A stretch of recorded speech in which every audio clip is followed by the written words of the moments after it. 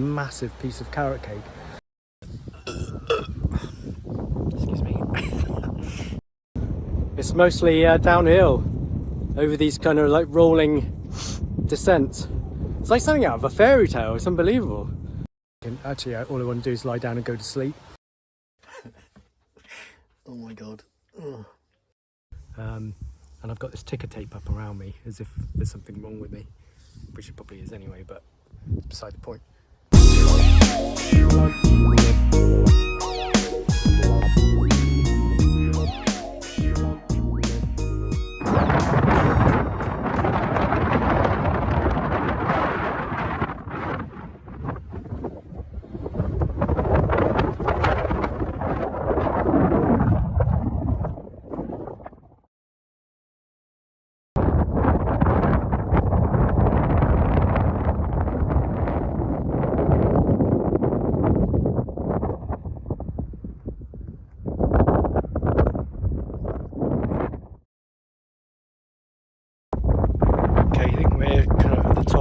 Red scree, so I've got to head off north northwest at this point, and then head over to a point where I think of a main bridge back down. I've done 3 miles, been going for about an hour and 20 now. I've been going about as hard as I dare for a 4-hour jaunt, but there's a trick point a couple hundred metres ahead of me, and I think that's the point where I turn off. So I'm going to push on because it's quite windy and cold up here. Okay, I'm at the Scandale Pass now. It's a really steep descent. I actually went a bit off-piste. I would have ended up... I would have got the same place eventually, but it was a bit off-piste and a bit sketchy. But I found the right path. I've just come down here. I'm heading up here. Behind me there's a trick point. There's a fairly big climb here. It's probably 200-300 metres, but the sun's out. It's really windy up in the top, so it's really nice down here, and it's nice to know that this Scandale Pass here, the path goes in either direction. You can drop back down to Ambleside, or I can't remember where they said that goes, but there are villages at either end. So it's just it's interesting for me to kind of get my bearings, so I'm tuning into the terrain. These shoes are absolutely amazing around here. I've done 4.5 miles, there's still about 8 miles to go here. But yeah, loving it. I'm just checking the map here because there's a really obvious path that goes up this way. But I'm heading sort of more directly up towards that trig point up here.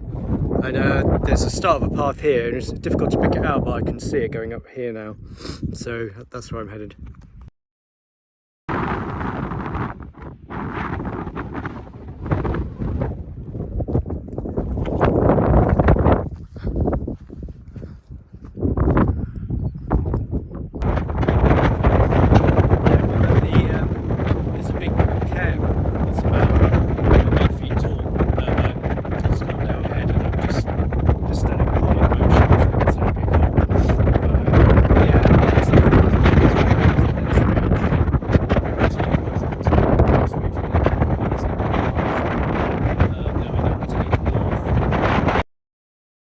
I've just reached the main path.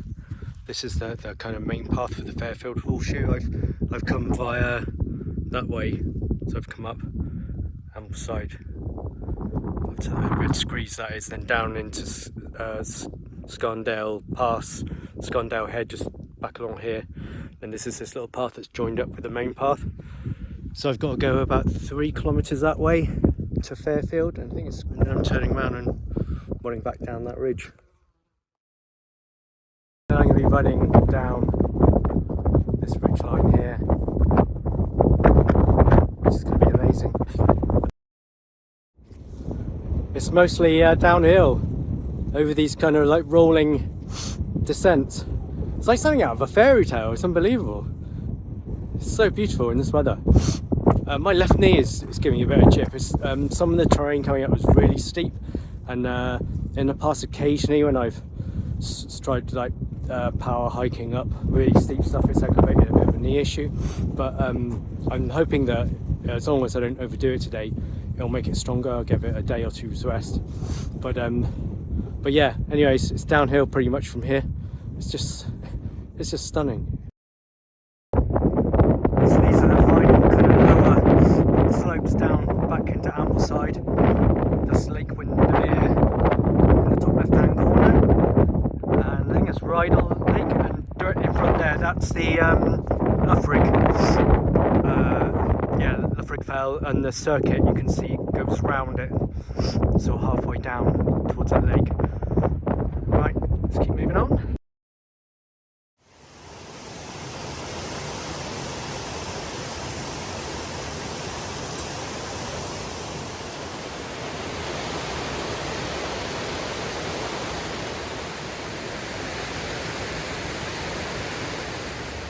Right, I've just done the last mile from the cafe down to the main road.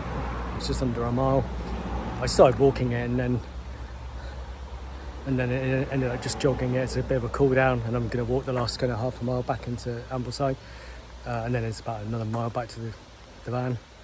But it's funny, when I got to that cafe, the idea was just to stop and have a quick coffee and then just carry on running.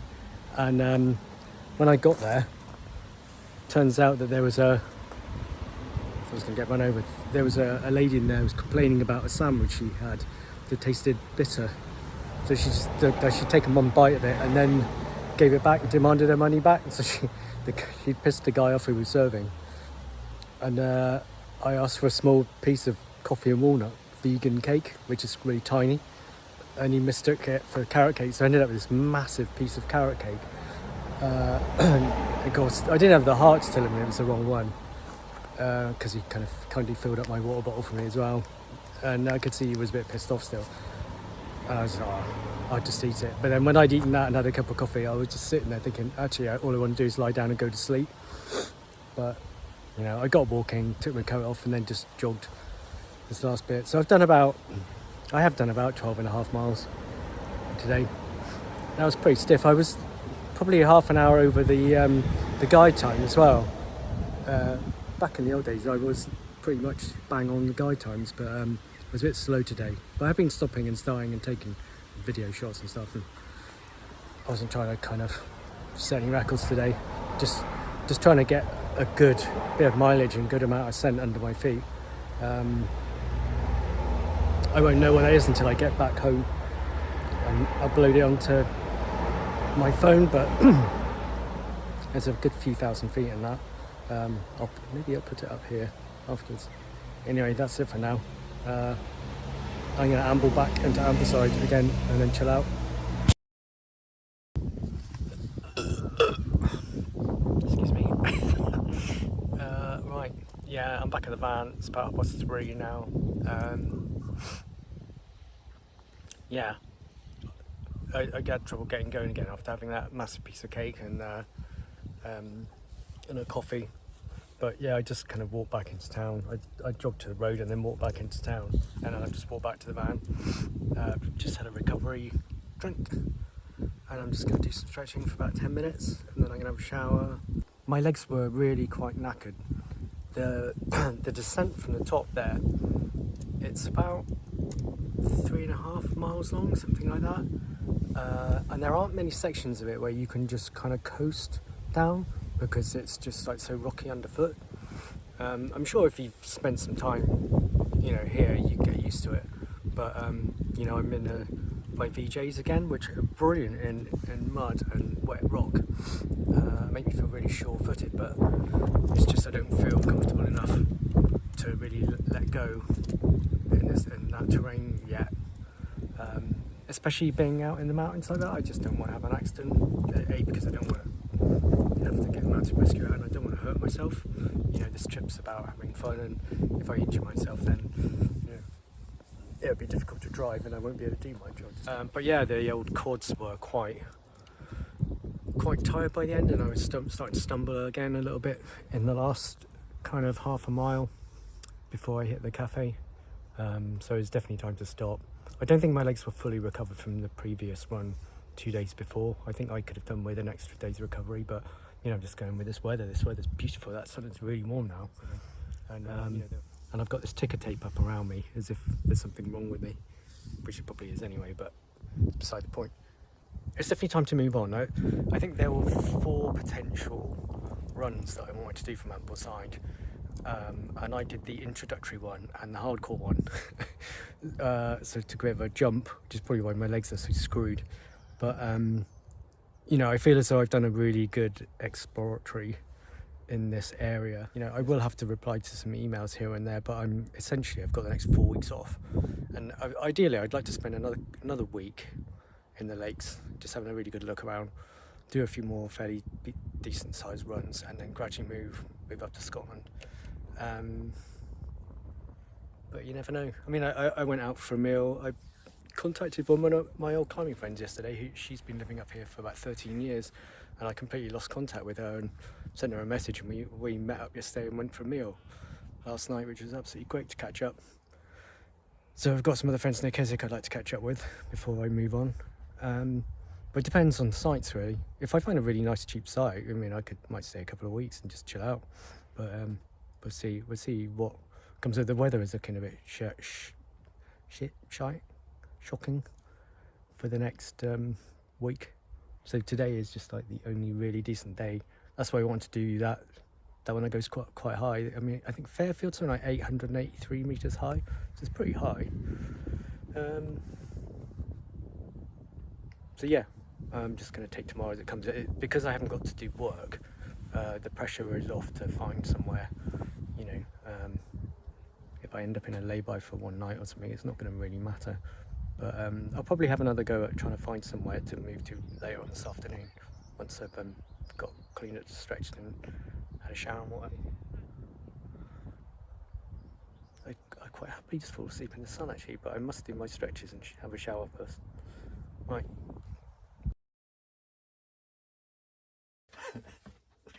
Oh my god. Ugh. That's literally taken me about 2 hours to get booked onto another campsite. I was thinking of just winging it and just trying to find something, or just camping wild.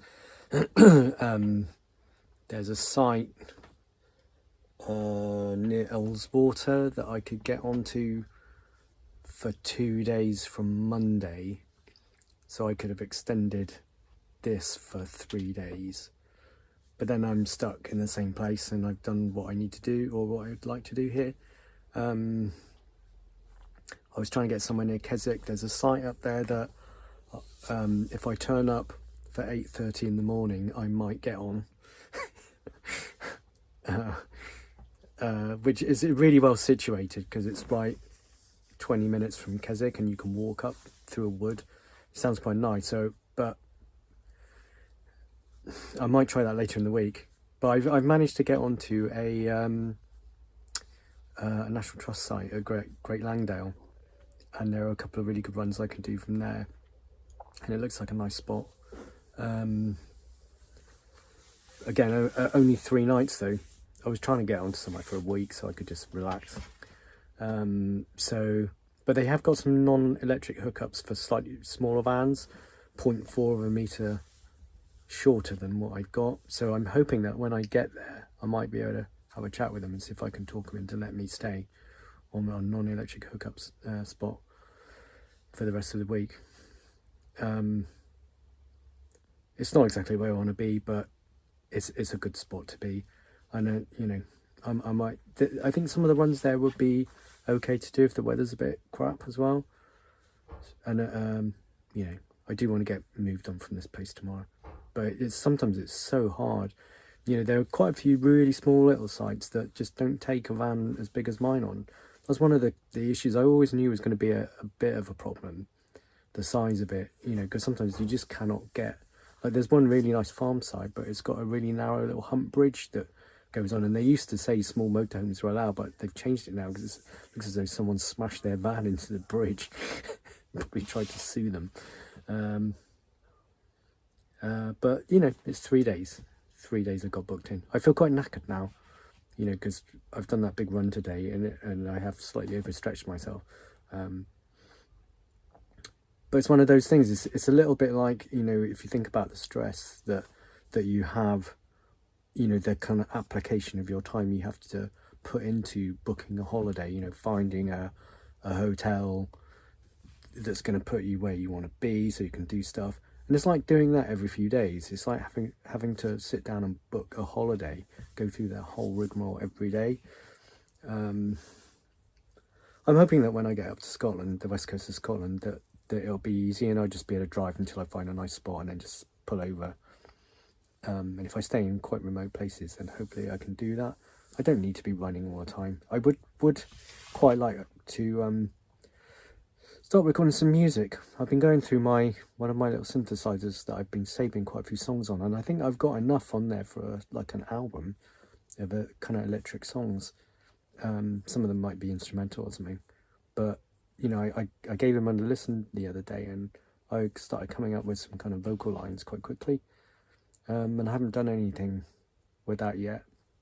And if I'm going to have 4 weeks off work, it gives me an opportunity. I do want to try and catch up with a friend up near Keswick, but maybe I'll do that where I'll just drive up and park the van for, you know, a few hours and go for a run and then move on again. I don't know.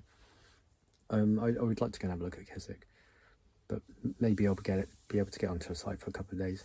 Don't know, but at least I've got 3 days and that buys me some time. I'm not going to be thinking about it, I'm not going to be doing much tomorrow. I'll probably go for a little walk or something, but my legs are going to be quite cooked for a few days. My Coros watch is actually saying that it would take 114 hours for full recovery because of I've been kind of upping the ante a little bit with running. I mean, obviously I am going to ignore that, but I need to be careful I don't get injured. But anyway, I bought myself some time. I've got 3 days. It looks like a lovely spot. And I like supporting the National Trust. I'm a member anyway. So I'm going to eat some more food, drink some more tea. And 6 o'clock in the evening. 6 o'clock now. I can't believe it took so frigging long. Oh my God. This country's too small. That's one of the kind of conclusions I've been coming to. Whenever this happens, it's just this frigging country's too small. There are too many people trying to do the same fucking thing, and you know, everyone. It's so competitive just to buy a frigging camp. You know, get a spot on a campsite. But whatever, it is what it is. Right, more tea.